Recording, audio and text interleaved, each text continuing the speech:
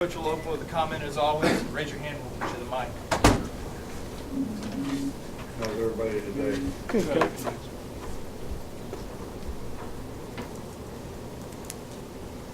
You know, spring practice is, something that you do to make progress so that you're ready for the season. We want to have a great spring practice. We had a very good off-season program so that we're ready for the opener. And it's a process that every team has to go through. And I think it's something that you need to move forward in, not only in terms of learning your position, which is the technique, the fundamentals, what to do, how to do it, why it's important to do it that way, but also in things like effort, discipline to finish plays, mental toughness to be able to sustain and focus when things don't go right. All these things require every player taking ownership for how he makes progress to become a complete player in the spring. So, and then everybody has to assess, are you a liability, or are you an asset in this process for yourself and for your teammates? So, you can't be casual in the way you approach spring practice. I don't care how good a player you are. I don't care what you've done in the past. I don't care how many games we won. It doesn't really matter. Right? There's a standard that we need to do it to, and everybody needs to buy into that standard, because spring practice is like a project, man. It's like building a house. We're building a new team. It's got a beginning. There's a process of things that you have to do to build that, and then spring practice will end, and then we'll have another phase when the summer comes. So, where would you take yourself to become a complete player is what I ask the players. What kind of effort, what kind of toughness, what kind of mental energy and intensity you're going to have, what kind of sense of urgency you're going to have to do it right now. And that's going to help you become a smart, intelligent player, which is going to help us be a better team. So that's really what we're focused on and what we're trying to do. Everybody made it back, today from spring break and practicing helmets and shorts again. Had a good practice, had more guys doing it right today than we had the practice before, so we made progress. We'll practice Wednesday and Friday of this week, and then not practice on Saturday because of Easter Sunday, so the players will have another opportunity to be with their family if they choose to do that. So basically that's where we're at. We'll start over here on the right with Aaron. Seeing Sean Evans inside linebacker, what are you seeing from him lately, and what do you think his future holds? Well, he's done a really good job. We recruited him because he had such a fast switch ability to rush on the edge, and he did a good job of that last year. And we'll still have every plan to use him at that. But we were looking to where can he develop to have an every down position the best. And we do a lot of experimenting in the spring. We want to know who can do what, so we know how to put the pieces together in the fall. So we move guys around, we play them at different positions, and we'll do a lot of that. But I've been impressed with what he's been able to do so far. He is naturally instinctive at it, so it's just going to be a matter of him learning the position. And I think he's being a linebacker. That's not going to be something that's going to be overly difficult for him to do. Back to the left with Michael. See some players on spring break that go to the beach, some players go and train, work out. How closely do you monitor that, and what do you take note of when you see some guys that are working out throughout the whole spring break? Well, we tell players when they go on spring break that we would like for you to work out 4 times. You're going to be going out of here for what amounts to 8 or 9 days. We would like for you to work out 4 times, and we'll know the players who worked out 4 times, who did not dissipate in terms of gaining weight, and who took care of themselves, because you won't be able to respond in practice like you want to if you don't do those things. Now, we don't call and make sure they do it. We don't have a postcard that they got to fill out. We can't make them do it, so we encourage them to do it. But the one thing I've been really pleased about our players here is when we've encouraged them to do things, they usually respond in a pretty positive way. They usually buy into it. So I didn't ask anyone how much they worked out over the spring, but it's a real indicator of how important football is to them. how important it is to be a good player. If a guy just went and did nothing for the whole time, he's not very committed to improving himself or his ability to have a significant role on the team. So I think it tells you a lot about the player's competitive character, how important football is to him, and how important the team is to him based on how he does those things. Stay on that side with Cecil. Coach, this is in some ways a technical question about offensive line, and I'm not an offensive line technician, so you may have to dumb it down a little bit. But are you still primarily an inside zone run blocking team, and how important is the center in that scheme? Right. Well, we run zone blocking, we run gap blocking, and we run man blocking, all three. I won't get into the details of, how those differ, but I think the center is an important part of any of those schemes in terms of what he does. But what our center does for us that makes him even more important is he's sort of the leader of the front in terms of making calls, pointing out the mic, which tells everybody who they should block and who we're working to, especially when we're zone blocking. And, we've tried Ross there, and he's done a really nice job for 2 practices. Haven't had pads on yet, so, can't really tell, much about that. But that's certainly a critical position, I think, in terms of the guy that handles the ball every snap and develops confidence with the quarterback that we're not going to have problems in that part of the game when it comes to the exchange and gun snaps and all those types of things. But it's also really important that, the guy can reach somebody. If you're going to be a zone blocking team, it's important that he can play with a certain amount of power so there won't be a lot of penetration inside. So we obviously lost a great player at that position, and it's going to be critical for us to be able to develop somebody who can play it effectively for the fall. Back on the right with Mark. 2 quick ones, if I may. How has Robert Foster progressed throughout his rehab? Doing a good job, really good job. He's out there practicing. We put him in black shirt because he's coming off an injury, but he's doing everything that everybody else is doing, running all the routes, learning. He's playing with a lot more confidence, and he's got better knowledge of position. And I think sometimes you can learn a lot when you don't play. Some people think that you have to get a lot of reps to really learn, but sometimes I tell the story about my senior year in high school. We won the state championship. In the state championship game, I got a chip bone in my ankle, and they put a cast on it for 6 weeks.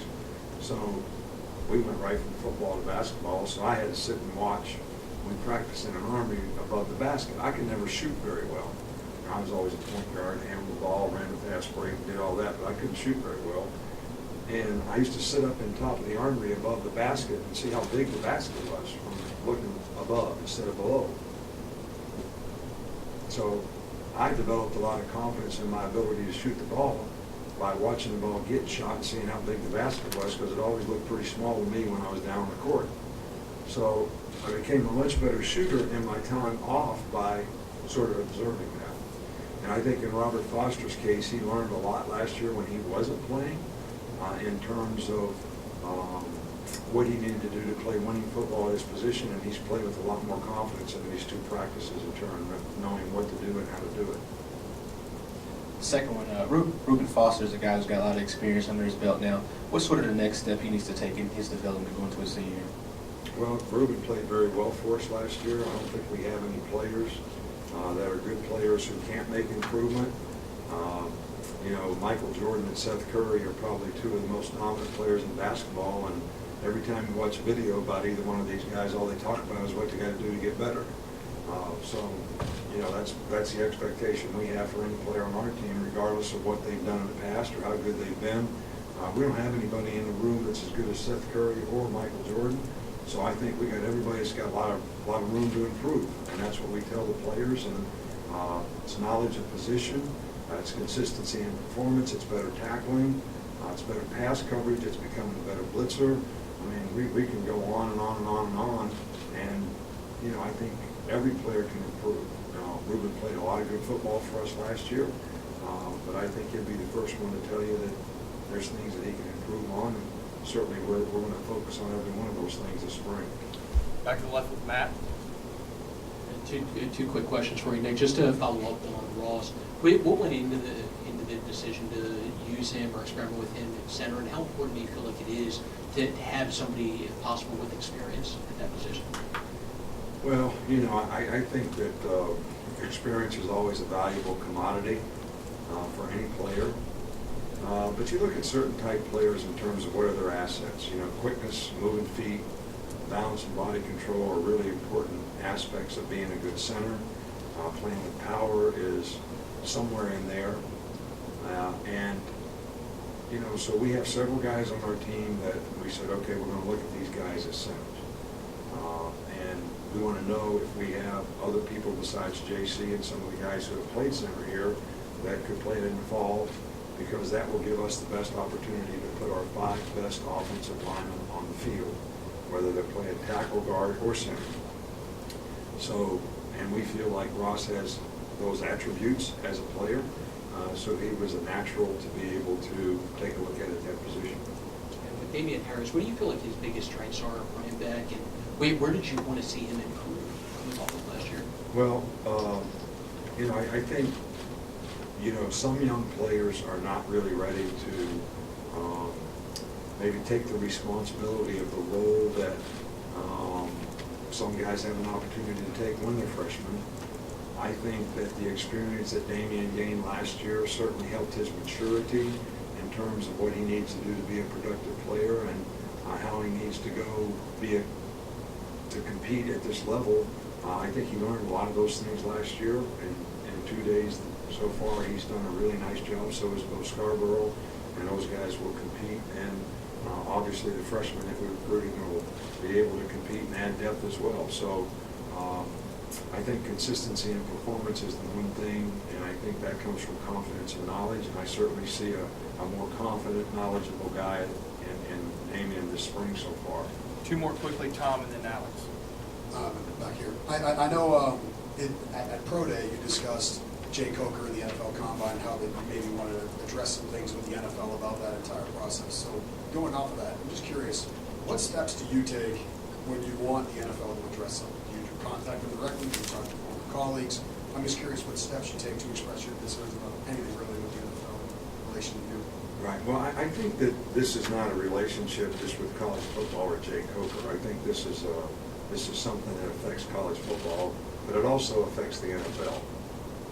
So if it affects college football, I would contact, and I have talked to several guys in the NFL as well as some college guys about their concerns in terms of how does guys get graded to come out for the draft early, how we can have a better process of that. And the response is that I think everybody's looking for a better way from a college standpoint as well as from an NFL standpoint. 97 guys went out for the draft or thereabouts this year. All those guys obviously can't get drafted in the first or second round. So, it takes up spots at the combine. People want to draft guys that are going to be starters. How many of those guys that went out for the draft, if they stayed in college for another year and developed and entered the NFL more ready to be a contributing player in a year, would have a better chance to have a career as a football player, rather than being short-sighted, being a 4th, 5th, or 6th round draft pick that has a minimal chance of making the team and even a smaller chance of having a career that has any longevity at all. Average life expectancy of an NFL player is 3.5 years. And you're stuck with the bad contract. You're going to play for close to minimum wage and get a marginal signing bonus at best. So, and a guy could tell me, I'm going to get drafted in the 4th round, I'm going to show him I'm going to go play the Pro Bowl every year. I said, well, go ahead. You're going to have a 3 or 4 year contract and make no money. So Jaron Reed comes back to school. He's got a chance to be a first-round trip. He's going to make a lot of money because he developed and became a better player. And I think that's what the NFL wants guys to do, because they struggle to develop players in their current system because they have no minor league.